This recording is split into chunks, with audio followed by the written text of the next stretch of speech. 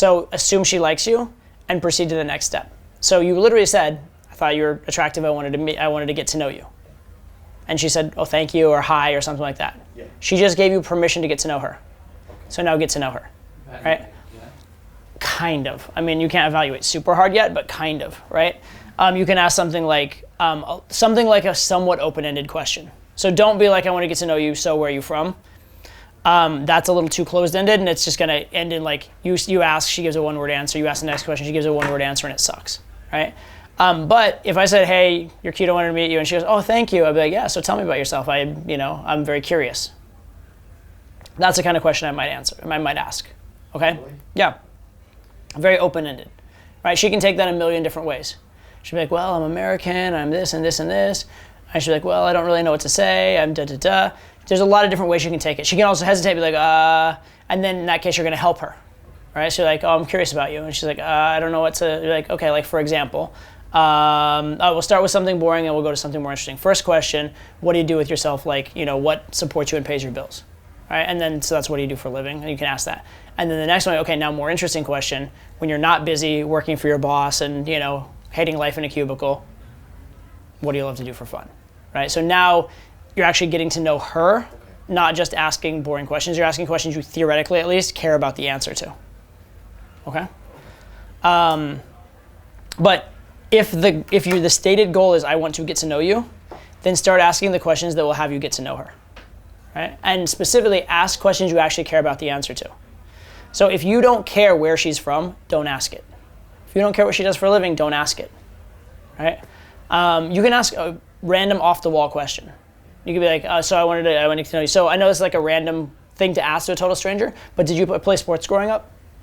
Why not? If that's something like, I like girls that are athletic, I like girls that go to the gym, I like girls that are a little competitive, why wouldn't I ask a question like that? Who cares if it's a little off the wall? At least it's interesting. It's a lot better question than where are you from, what do you do, how old are you, etc.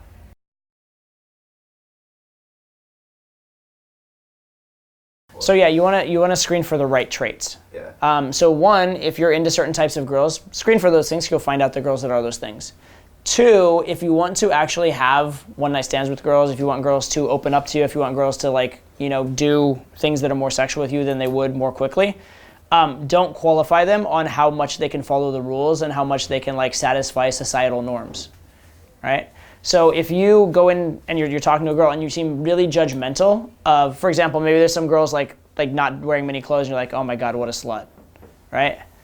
Maybe the girl's like, oh yeah, she's so whatever, lame. But in the back of her mind, she's like, I guess I better not be slutty with this guy, right? And she's like, okay, I'll be proper and follow the rules and make him take me on a bunch of dates and not kiss him on the first date, right? And you just planted, at least in some subtle way, just planted that in her mind.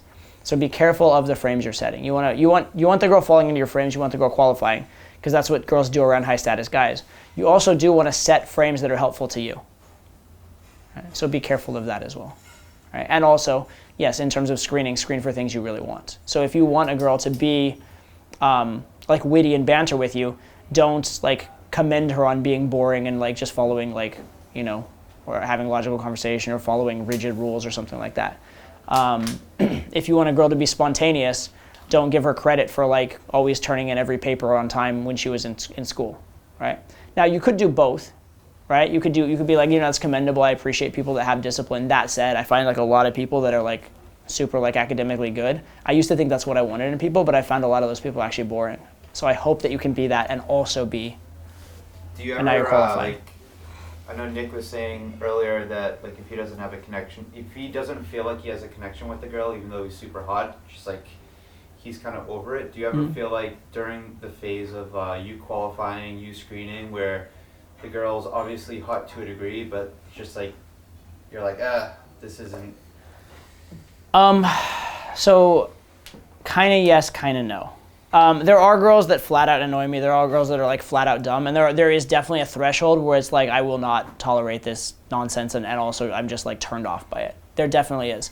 However, you have to be really, really careful to not use that as an excuse, because if the girl is boring, oftentimes she's not actually boring. You're just having a boring conversation with her. It's the same girl that's being boring with you, and you say, oh, what's interesting about it? She's like, no, I'm boring. And she's like, oh, so what do you do for him? She's like, no, nothing really. That girl that doesn't seem to have a personality, if she liked you and cared to try and impress you, would suddenly have a personality. Right? So you can't just use that as an excuse to be like, oh, she's boring or I don't have chemistry with her. You'd be surprised who you have chemistry with once you start making out. Does that make sense? Kind of. Or you'd be surprised who you have chemistry with once they find out they like you. Right? Like there's certain situations where maybe I'm having, this happens sometimes, I'm having kind of a so-so interaction or a decent interaction with a girl, and then she sees some guy come up to me and like, oh, hey, you're so cool, you changed my life, whatever, and then all of a sudden she's like intrigued.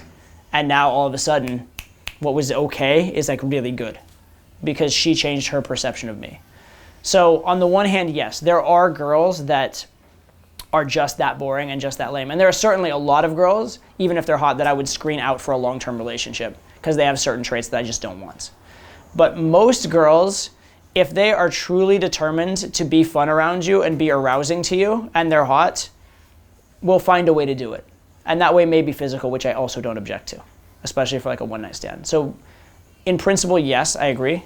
But be very, very, very, very, very careful that you're not using it as an excuse. Because if she's boring, a lot of times it's not that she's actually boring, she's just being boring with you.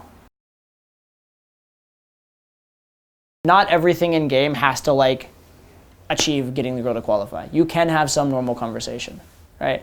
In game, your normal conversation should be about 80% of it, and your gamey line should be about 20% of it, right? In night game, maybe it's more like 60-40, like 60% normal conversation, 40% gamey lines, especially early on in the set. But the point is there's more non-game in your game than game. So just because something isn't a gamey line and doesn't like turn the girl on or make her qualify or like, you know, mess with her self-esteem does not mean it's bad conversation. It just means it's not game. It just means it's you know, it's normal conversation. That's completely fine.